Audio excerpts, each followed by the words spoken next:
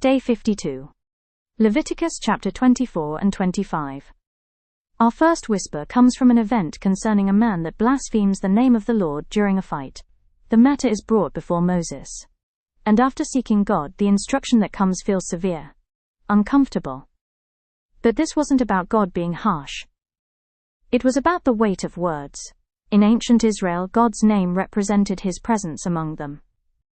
To openly curse or defy it wasn't just speech. It was a public rejection of the covenant that held their entire society together.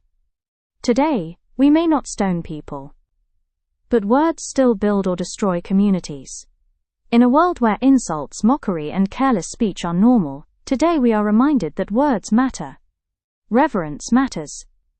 What we say about God, about others, and about ourselves shapes the spiritual atmosphere around us. The chapter continues with the famous principle, eye for eye, tooth for tooth. This law actually limited revenge. It prevented escalation. It ensured justice was proportional, not excessive. God was teaching restraint, and that lesson is deeply relevant today. When we are hurt, our instinct is to hurt back harder. But God's justice says, measured response, not uncontrolled retaliation. Next we are introduced to the Sabbath year, and the year of Jubilee. Every seventh year, the land was to rest. No planting, no harvesting for profit. Whatever grew naturally could be eaten, but not exploited. Imagine telling a community, a nation, or the world economy to pause production for a year. This wasn't just agricultural advice, it was a spiritual reset. God was teaching, you are not sustained by non-stop striving, you are sustained by me. In our daily lives, burnout is common. Hustle culture dominates. Productivity defines identity. But here is a different truth. Rest is holy. If God commanded the land to rest, perhaps he also commands our souls to rest. Then we move on to the incredible concept of the Jubilee. Every 50th year something dramatic happened. Land that had been sold returned to its original family. Debts were effectively reset. Generational poverty was interrupted. Permanent inequality was prevented. Think about how radical that is. God built into Israel's system a mechanism that prevented wealth from accumulating permanently in the hands of a few. He understood something about human society. Without correction, inequality grows. Jubilee was God's declaration that no loss is meant to define a family forever. And here's the encouragement. Even when you lose something, property, opportunity, stability, God is a God of restoration cycles. There is always a way back with him. When the years are many, you are to increase the price, and when the years are few, you are to decrease the price, because what is really being sold to you is the number of crops. This means land wasn't permanently sold. What was being sold was time, the number of harvests left until Jubilee. God was teaching them not to manipulate value unfairly. Price reflected reality, honest economics, transparent dealings. Look around you. How often are people overcharged because of desperation, underpaid because of vulnerability, exploited because they lack information? We are called to integrity in business. If you are a seller, be fair. If you are an employer, be just.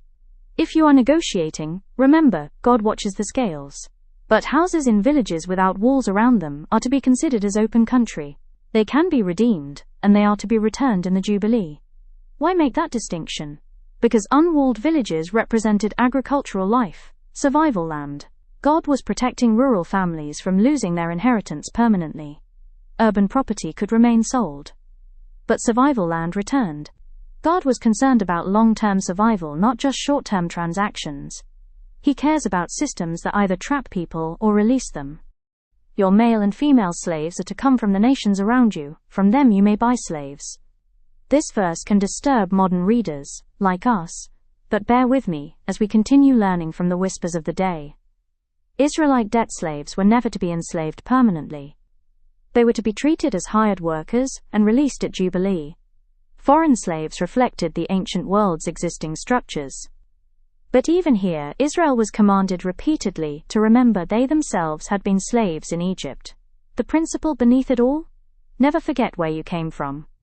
If you have risen in life, do not oppress. If you have power, use it responsibly. If you employ others, treat them with dignity. Over and over in Leviticus chapter 25, God says, "The land is mine," and that's the heartbeat of the chapter. We are tenants, stewards, managers, not ultimate owners. Your house? Ultimately His. Your business? His. Your career? His. Your body? His. Your time? His.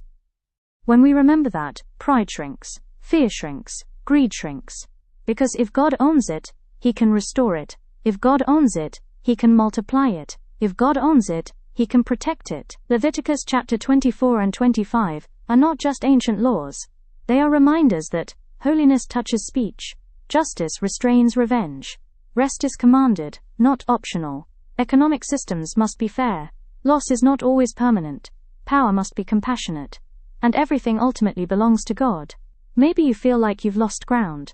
Maybe you're exhausted from constant striving. Maybe you're carrying debt. Financial, emotional, spiritual. The God of Jubilee still restores. The God of justice still defends. The God who commanded rest still invites you to breathe. And the same God who demanded reverence also provides mercy. Our God cares about worship, but He also cares about wages. He cares about holiness, but also about housing. He cares about reverence and about restoration. And perhaps the biggest overlooked message is this: God builds second chances into His system. Jubilee wasn't random. It was scheduled grace. If God scheduled grace for a nation, He certainly has grace scheduled for you. Rest in Him. Deal honestly. Speak reverently. Live justly. And trust that no loss in God's hands is final.